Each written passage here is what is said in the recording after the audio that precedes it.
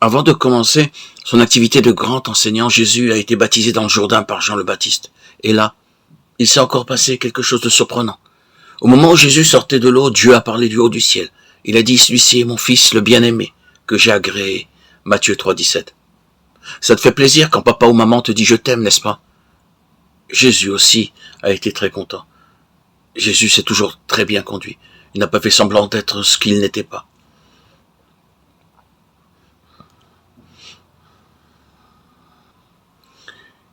Il a accompli les Écritures, a rempli la mission que son Père Céleste lui avait confiée. Il n'a pas passé son temps à d'autres activités. Tu comprends maintenant pourquoi Dieu est fier d'avoir un fils comme Jésus. Nous aussi, nous voulons plaire à Dieu, n'est-ce pas? Alors il faut lui montrer que nous l'écoutons vraiment, comme Jésus. Dieu nous parle dans la Bible. Penses-tu qu'on puisse dire, moi j'écoute Dieu, et en même temps croire ou faire des choses qui sont défendues dans la Bible?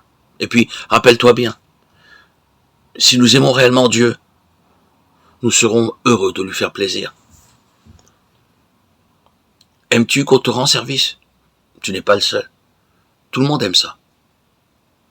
Jésus le savait bien, c'est pourquoi il rendait toujours service aux gens. Il annonçait qu'il n'était pas venu pour être servi, mais pour servir. Matthieu 20, 28. Par conséquent, qu'est-ce qu'il faut faire si nous voulons lui ressembler? Il faut rendre service aux autres, faire des choses qui leur sont utiles. C'est vrai que beaucoup n'agissent pas ainsi. D'ailleurs, la plupart des gens préfèrent se faire servir. Même les disciples de Jésus étaient comme ça au début. Chacun d'eux voulait être le plus grand, le plus important. Un jour, alors qu'il prêche aux environs de la mer de Galilée, Jésus et ses disciples s'arrêtent à Capharnaüm et entrent dans une maison. « De quoi discutiez-vous en route ?» demande Jésus. Les disciples se taisent. Il faut dire qu'en chemin, ils se sont disputés pour savoir lequel d'entre eux est le plus grand. Marc 9, 33-34. Jésus sait qu'aucun des disciples ne devrait se croire supérieur aux autres. Alors, comme nous l'avons vu dans le premier chapitre du livre, il fait venir un petit garçon au milieu d'eux, et il leur dit qu'ils doivent être aussi humbles que cet enfant. Mais les disciples ont du mal à comprendre. Un peu avant sa mort, Jésus va donc leur donner une leçon qu'ils n'oublieront pas.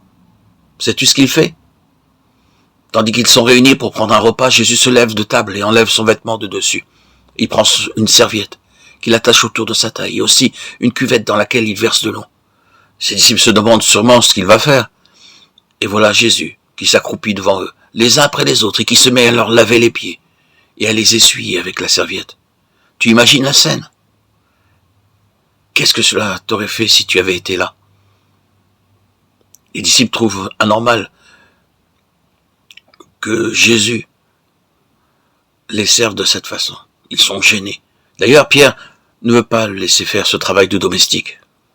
Mais Jésus lui répond que c'est important pour lui qu'il le fasse. Aujourd'hui, nous n'avons pas l'habitude de nous laver les pieds les uns aux autres. Mais à l'époque de Jésus, c'était courant. Et sais-tu pourquoi? Dans le pays où Jésus et ses disciples vivaient, on portait des sandales. Alors, sur les routes poussiéreuses, on se salissait les pieds. Quand on recevait des gens à la maison, c'était une marque de politesse de leur laver les pieds.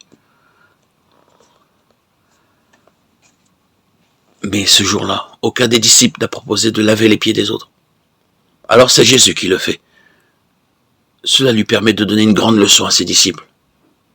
Une leçon dont ils ont bien besoin et que nous aussi nous devons retenir. Sais-tu quelle est cette leçon? Jésus remet son vêtement de dessus, il revient à table et il explique. Savez-vous ce que je vous ai fait? Vous m'appelez-vous Seigneur? Et vous avez raison car je le suis. C'est donc moi, Seigneur, que je suis, je vous ai lavé les pieds. Vous aussi, vous devez vous laver les pieds les uns aux autres. Jean 13, 14. Tu vois que Jésus veut que ses disciples se rendent service les uns aux autres. Il ne veut pas qu'ils pensent seulement à eux, qu'ils se croient tellement importants qu'on doit toujours être aux petits soins pour eux. Ce sont eux qui devraient aider les autres de bon cœur. C'est une belle leçon, tu ne trouves pas? Veux-tu ressembler toi aussi à Jésus et rendre service autour de toi? On peut tous faire des choses utiles pour les autres. Cela les rend heureux. Mais le plus important, c'est que cela fait plaisir à Jésus et à son Père qui est aux cieux. Ce n'est pas compliqué de rendre service. Réfléchis, tu verras qu'il y a bien des façons d'aider les autres. Par exemple, pourrais-tu aider un collègue de travail? Ta maman, tu sais qu'elle travaille beaucoup. Pour toi, et bien sûr pour le reste de la famille. Comment pourrais-tu lui être utile?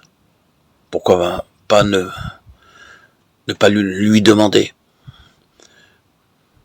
Tu pourrais même peut-être mettre la table ou bien la débarrasser après le repas. Il y a des enfants qui s'occupent chaque jour de sortir la poubelle. Quoi que tu fasses, ce qui compte, c'est que tu sois serviable comme Jésus.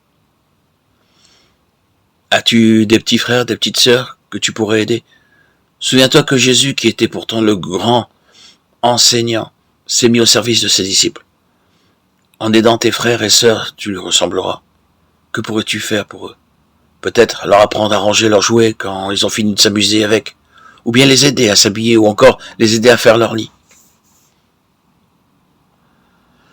As-tu d'autres idées? Si tu leur rends ce genre de service, ils t'aimeront beaucoup, comme les disciples aimaient Jésus.